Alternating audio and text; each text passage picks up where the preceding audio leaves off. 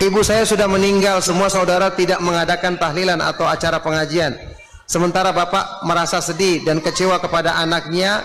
Apakah dosa besar karena kita buat bapak kecewa dan sedih? Tidak. Malah kalau kita mengikuti ayah kita dosa besar, karena ini perbuatan yang buruk, tidak boleh dilakukan.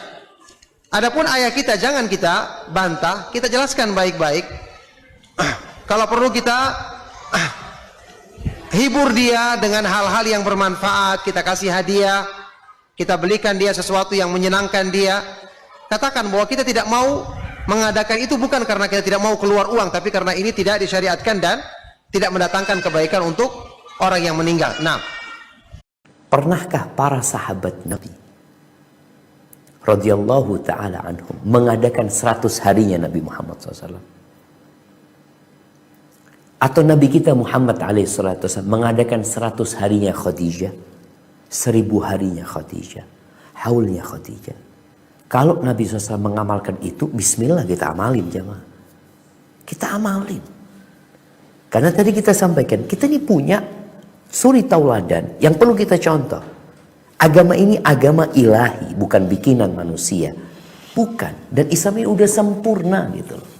Bagaimana dengan orang yang menjalankan sholat, puasa, sedekah, tapi masih melakukan tahlilan, yasinan? Apakah orang yang termasuk ahli surga yang masuk terakhir? Tahlil adalah ibadah kepada Allah SWT kalau mengucapkan la ilaha illallah. Ya. Membaca yasin bagian dari ayat Al-Quran. Tidak ada sesuatu yang salah di situ. Tapi kalau yang dimaksud di sini adalah orang membaca zikir kalau acara kematian, misalnya dihubungkan dengan masalah ibadah tertentu, kalau lagi takziah, ini yang butuh bahasan, gitu kan? Karena meletakkan sebuah ibadah atau menghubungkan antara ibadah dengan ibadah yang lain butuh dalil penyambung, gitu kan? Membaca Al-Quran di rumahnya orang yang meninggal, ini pernah nggak Nabi contohkan? Kan gitu.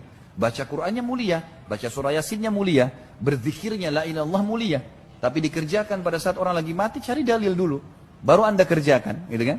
Jadi jangan sampai kita mengira kita sudah beribadah tapi ternyata tidak diterima oleh Allah Subhanahu wa taala. Allahu a'lam, itu yang saya tahu, gitu kan?